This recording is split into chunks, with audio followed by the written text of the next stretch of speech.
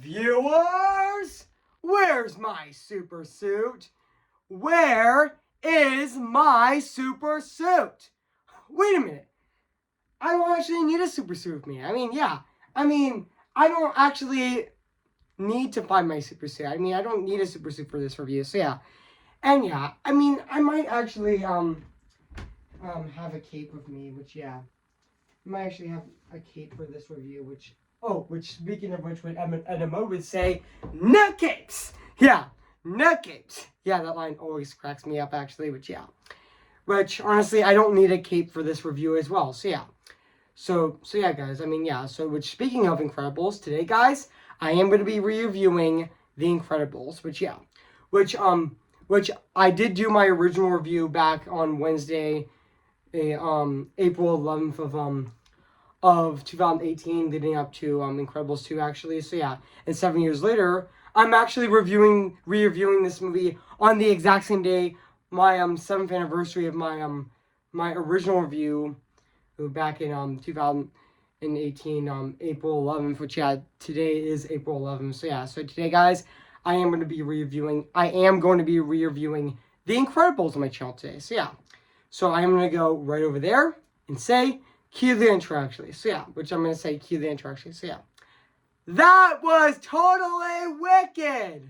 Yeah, that line that kid on the bike actually said at the end of The Incredibles was actually really funny as well. So yeah, guys, so I'm going to go right over there right now and say cue the intro, actually. So yeah, which, speaking of which, I am going to be doing right now, actually. So yeah,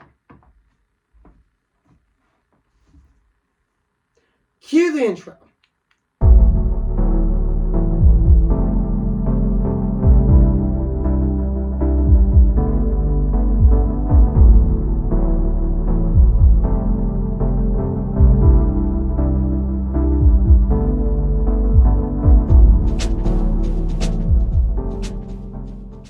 Okay, today I'm going to be reviewing this movie on my channel today. So yeah, which I definitely cannot wait to re-review this movie today. I've always wanted to I think I've always wanted to re-review this movie. This is actually the first time that I get to review or I should say do a re-review for my seven-year-old review back in 2018. So yeah, which, speaking of which, I'm going to be reviewing right now. So yeah.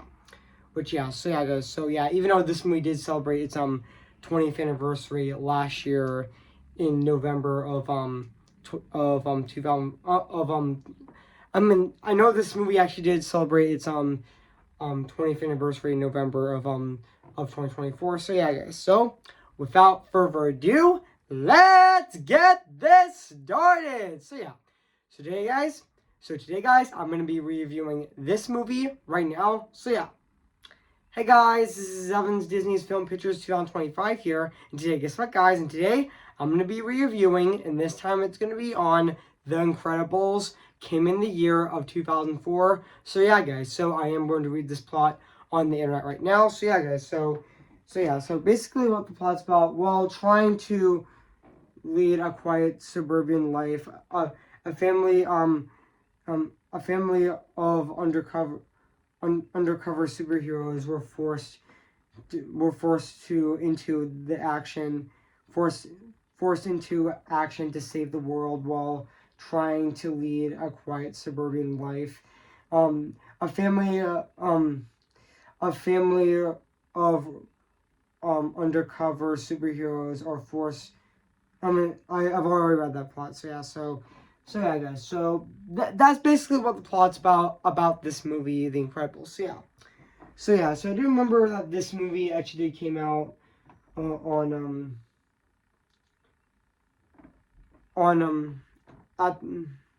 the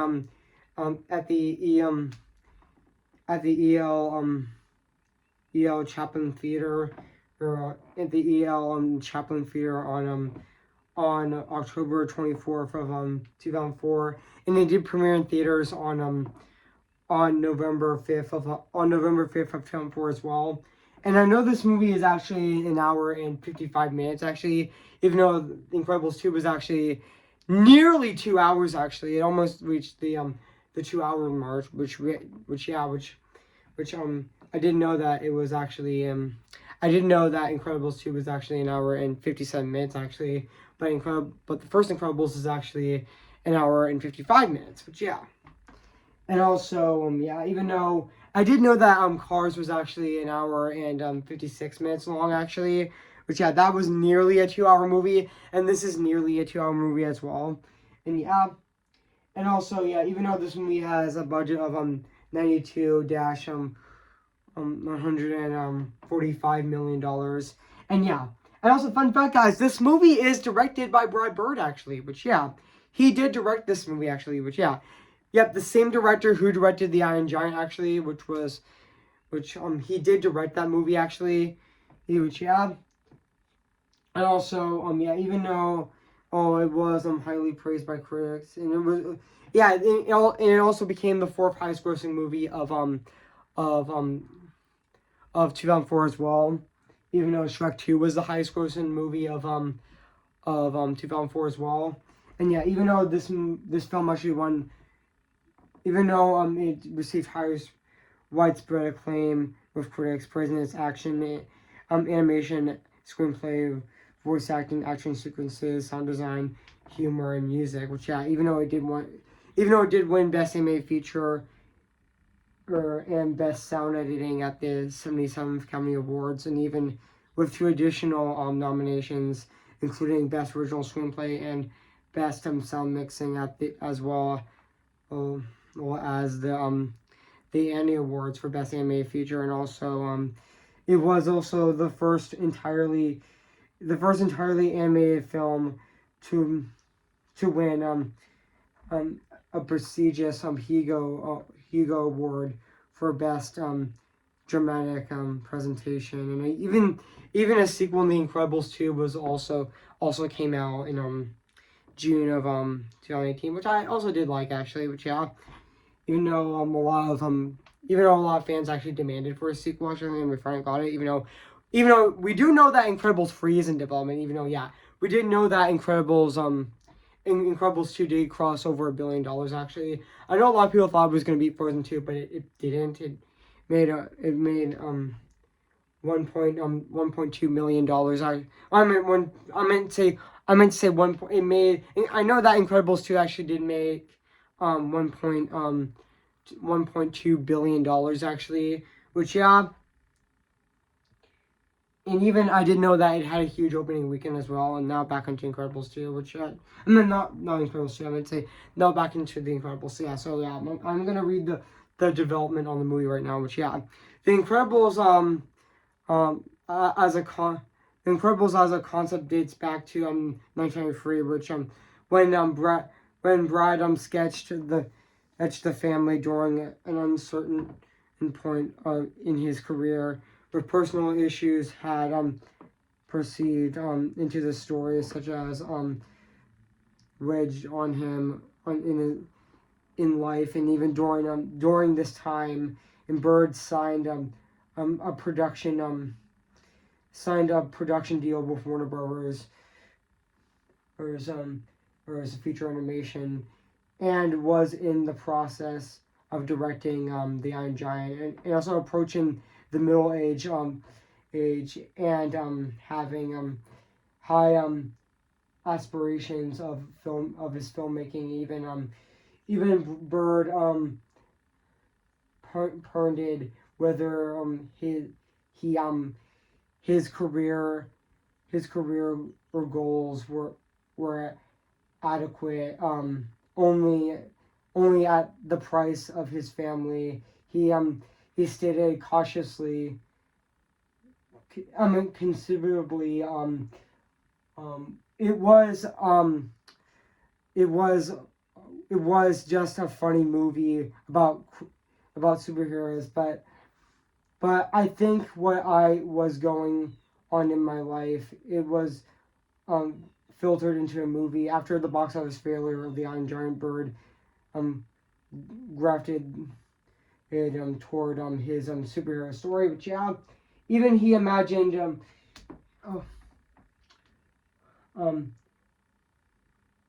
just give me a sec, guys. Just give me a sec. Even he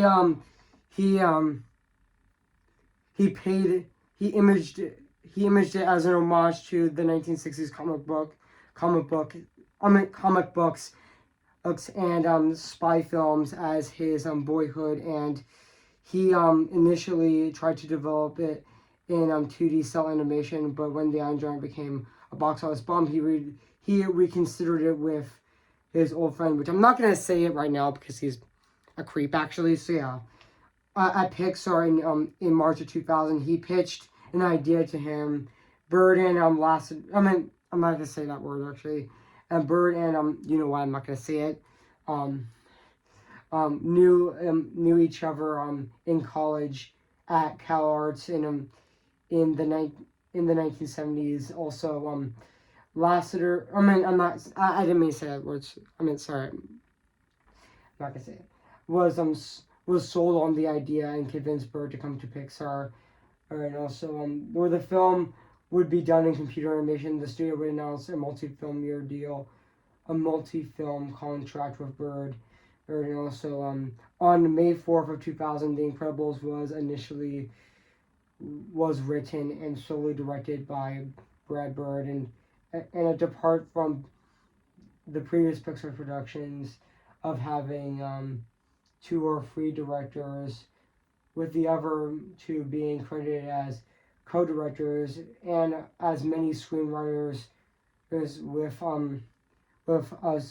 a history of working for the company. In addition, it would be the first Pixar film to have all the characters human, which and also even Bird came to Pixar with a lineup of the storyline family members worked out, a mom and a dad both suffering through the dad's midlife crisis, and a shy teenager, and even a cocky 10-year-old boy, and a baby. And also Bird also based their powers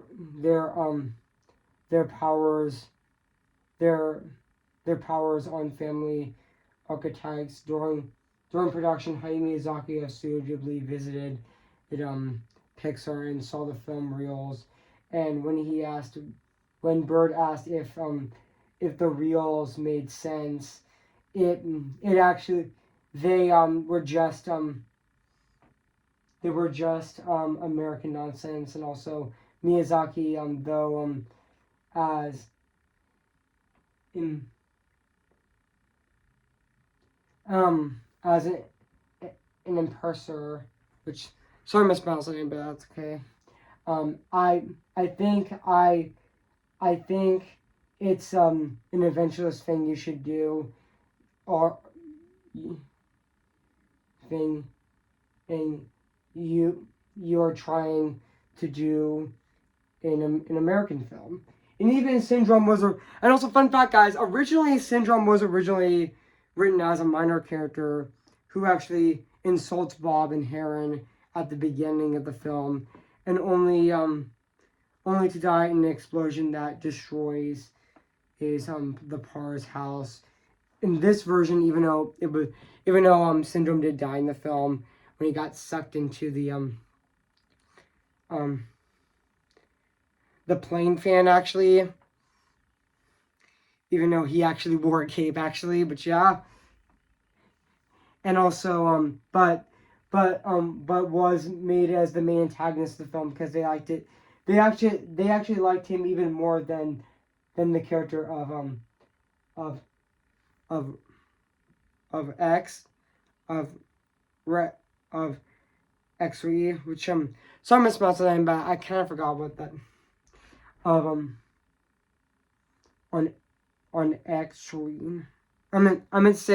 I actually meant to say the character of X, which correct me if I'm wrong, I pronounced the name correctly, but who was intended to fulfill that the main antagonist, that the role, but the smug character Helen talks to on the phone in the final film was intended to fly Helen who must in an island, to die, but to die actually. But yeah, that was going to be in the film. But was removed from the portion when, I'm not gonna say, suggested Helen would pilot the plane herself, and Syndrome was actually, and also fun fact, Syndrome was actually based on Brad Bird actually. I mean, yeah, I mean Syndrome definitely does look like Brad Bird actually, but yeah, even though Helen Parr was Holly Hunter was cast as Elastigirl actually, aka Helen Parr, and even Quentin Nelson also got cast as Mr. Incredible, aka Bob Parr as well. Which yeah, and also fun fact, originally Bird wanted to have Dash to have a realistic out of breath voice in the current scenes actually, which yeah. But yeah, even Samuel Jackson did get cast as Louis Best, aka as Louis as Syndrome as well, and also Clovis Louis Bet as well, which so I'm gonna pronounce the same, but that's okay. But yeah, even though also Sarah Bell also was offered the role of Violet unexpectedly, which I thought she did really great as which I honestly thought Sarah Bell did great as Violet as well, which yeah. And also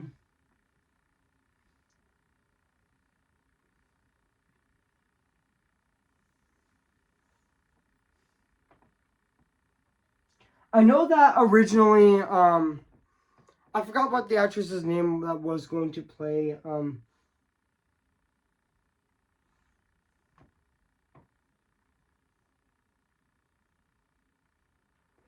Edna Mode actually. I forgot the I am gonna look it up right now, which yeah. Which I know that originally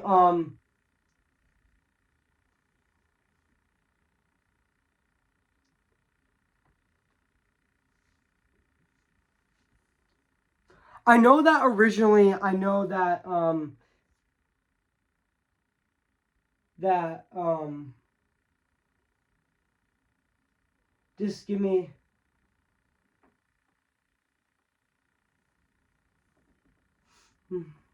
I know that originally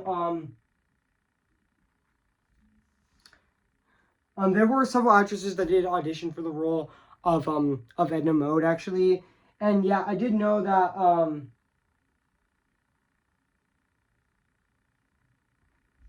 but they actually toned the role down actually. And it was also offered to Lily Tomwell, which she was gonna play Edna Mode, but but when Brad Bird actually recorded Edna Mode, she was like, "Why do you need me? You already have the perfect Edna. You're honestly the perfect Edna." Which honestly, I thought Brad Bird was honestly hilarious as Edna Mode actually. Which yeah, and especially hit her iconic line, "Nuggets." Like yeah, that line is just really funny. Like yeah, and also yeah,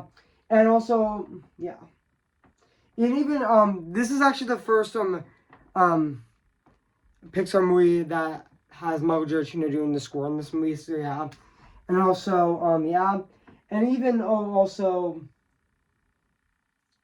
yeah. But honestly, the score.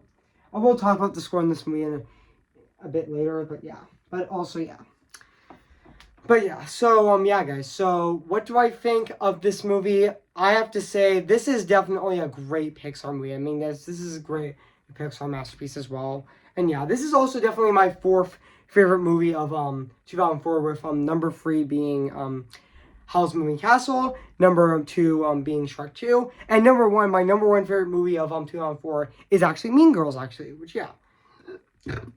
Excuse me, guys. Again, I just burped actually. So yeah. So just excuse me, guys. So yeah. So now back onto this review. So yeah. But also yeah, and also and also yeah, even yeah, even the cast of this movie is definitely really fantastic. Like Quentin Nelson as Bob Parr, aka Mr. Incredible, was also great in this movie as well. But yeah, that's Quentin Nelson was also in Poltergeist as well, actually. But yeah, and even Holly Hunter as Helen Parr, aka Elastigirl, was also really good in the film as well. And even Sarah Vowell was definitely really fantastic in the film as well. But yeah, honestly, she definitely does sound like a teenager, actually. Definitely like Stephanie Beatrice in Encanto, where honestly I thought she was fantastic as Mirabelle, and she definitely does sound like she's a teenager, actually. But yeah, and she definitely does sound like she is 15 years old. And then same thing with Sarah Vowell in this movie. Like Sarah Vowell was fantastic in this movie as well, and she did reprise her role as as um as Violet Parr in Incredibles 2, actually. Which yeah, and even Spencer Fox as Dash Parr was also good in the film, even though he was voiced by someone else in the sequel, actually. But yeah, and even also Jason Lee as Buddy Pine, which is aka Syndrome, which honestly I thought he was a really funny villain, actually. Yeah, and he was also the same actor who played which I didn't know that Jason Lee did play was in the Alvin and Chipmunks movies, and he was also in I did know that he was also in Monster House as well. But yeah, yeah, this movie might actually be his most iconic role, Syndrome, actually. But yeah, and also I didn't know that and even Samuel Jackson as Syndrome was also really great and also really funny in the movie, especially his like iconic line in this movie, "Honey, where's my super suit? Where is my super suit?" That line is always cracks me up, actually. And yeah, that line is also very that line is also really quotable as well. But yeah, and also yeah, I know that there was a scene in the movie where Bob where actually where Bob Parr, aka Mr. Incredible, actually saved someone from suicide, even though that person was not going to be saved, actually. But he actually saved him anyways, and he came in he actually crashed into the building, actually.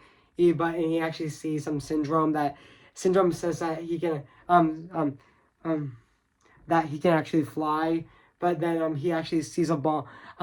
He Bob Paul actually sees a bomb on him, so he wants to like get it off of him, and then it just lands on the subway tracks and explodes, actually. And Bob Paul actually tries to stop the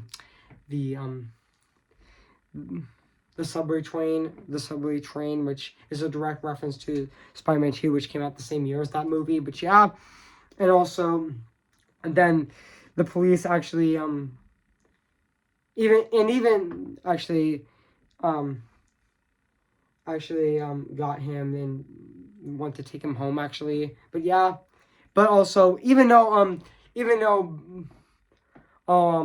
Bob Parr and Helen Parr did get married, actually, even though the city actually banned superheroes, actually, that the Incredibles family had to like live in a suburban life just to hide, actually, from their powers.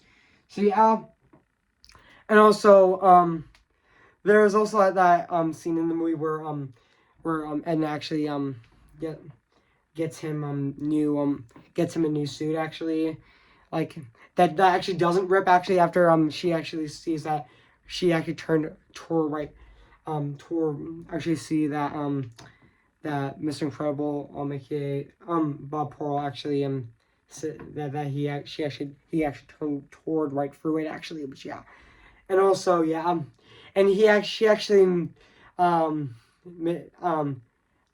tells like a backstory of all the superheroes of Capes that all died, actually, because they're actually a very inferior costume design. Which yeah, and also there's also a scene in the movie where the Incredibles family were having dinner, but Violet and Dash were actually Dash um was actually making fun of Violet for was actually making fun of Violet actually, about her boyfriend actually, which yeah, and then they actually start fighting actually, and then Bob comes in, and then he actually lifts the table, but then when Syndrome comes, not Syndrome, I mean to say when Frozone comes to the house, they actually stopped actually, but yeah. But also, and also, yeah, there's also a scene in the movie where Helen Parr and Dash were at the principal's office that he actually put the tack on the teacher's chair actually, which yeah, and also and also there was also an iconic death scene in the movie where Syndrome actually gets sucked into the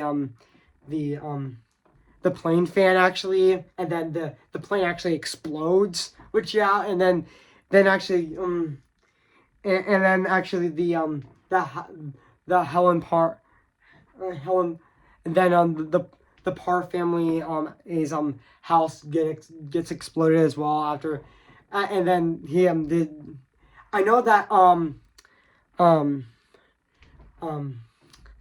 that Helen Parr did save Jack from Syndrome actually, but yeah, even though Jack didn't go on the journey with the with the Incredibles actually, even though she got babysit by Kari the babysitter, which I know that the short actually explains his shenanigans actually, which yeah, and also yeah, and also even though Kari wasn't in Incredibles 2, but I think she will be in Incredibles 3, which I think she would return. She was going to be in Incredibles 2, but that didn't happen. But yeah, even though she did get cut out because of the ridiculously long runtime it's going to be. So yeah. But now back onto Incredibles actually. But yeah. Yeah, even the action scenes in the movie were definitely awesome and a lot of fun actually. So yeah. And also yeah, but also yeah. And also I do remember that that scene in the movie. I forgot to mention that when Bob Parr actually does go to work out actually to actually loosen his to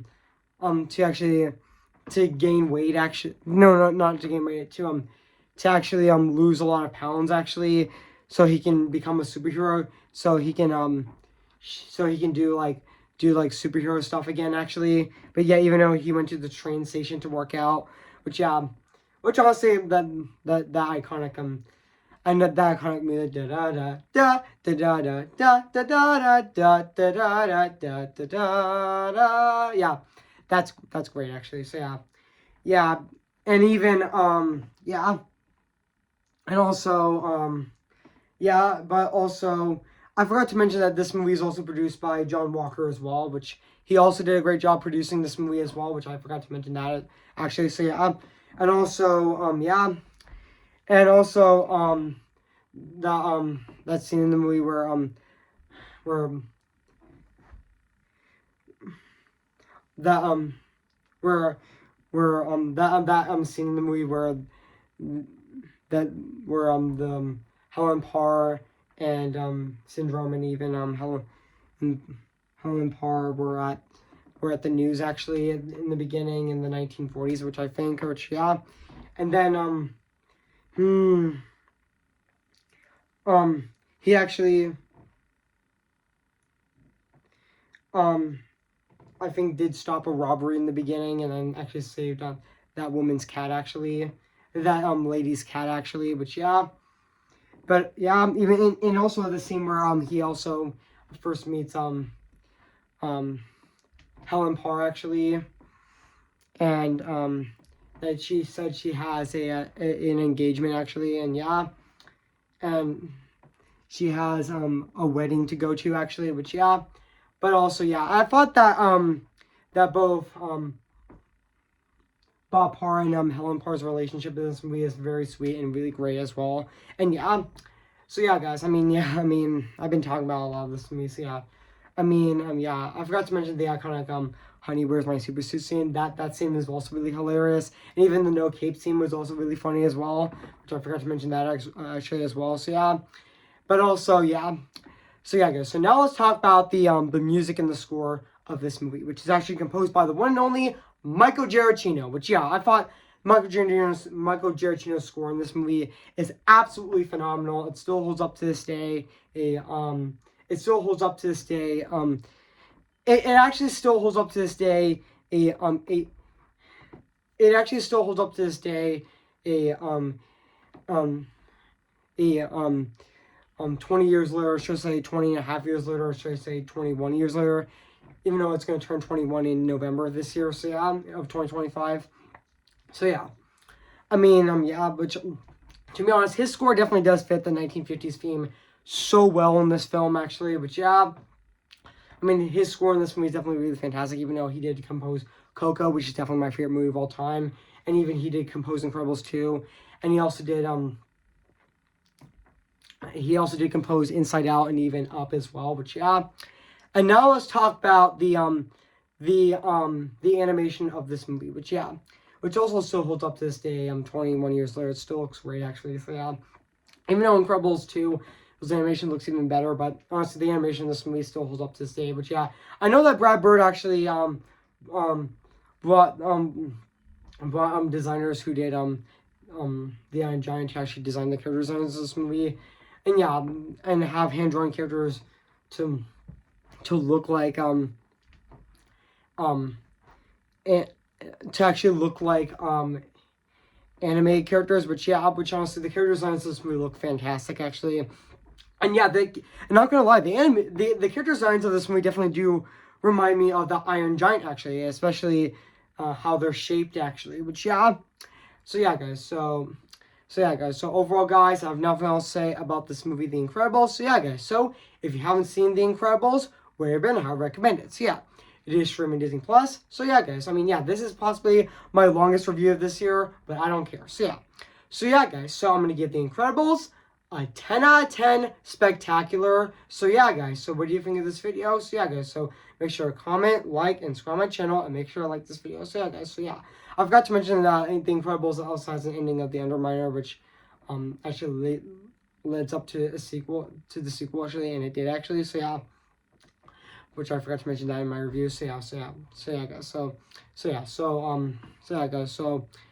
yeah, make sure to like this video. So yeah guys, so I have 3 reviews coming out in next week, which is gonna be, so stay tuned for my short review on stay tuned for my re-review short review on Lou, which I'm gonna be reviewing on Tuesday, April 15th, and on Friday and on Wednesday, June I meant April I meant to say on Wednesday, April 18th, April 16th, I'm going to be reviewing a silent movie, and then on next Friday, which is going to be Easter, I'm going to be doing my second re-review on It's the Easter Beagle Trial Ground. So see me those. So yeah guys, so before I go guys, I'm going to sing for you guys right now. So yeah, who's your favorite fearless hero? Who's your favorite fearless hero? Remember me, though I have to say goodbye, remember me. I'm just Ken, anywhere else I be attend. Is it my destiny to live and bar and life for property? I'm just Ken, anywhere else I sees a friend. When they take for her to see the man be highlighted and fight for me. I am ready, come on, I'm ready. I'm impatient in setbacks and steady. Bless me now as you blessed us all those years ago, when you gave us a miracle. Am I too late for a miracle? See the line where the sky meets sea. It calls me and no one knows before it goes. It's the wind of my sail and the sea stays behind me. One day I'll know how far I'll go. Oh, tell them how I defying gravity. I think I'll try defying gravity, and you can't pull me down. Okay, guys, I'll see you guys in my next review. So, yeah. So, I'll see you guys later, and bye.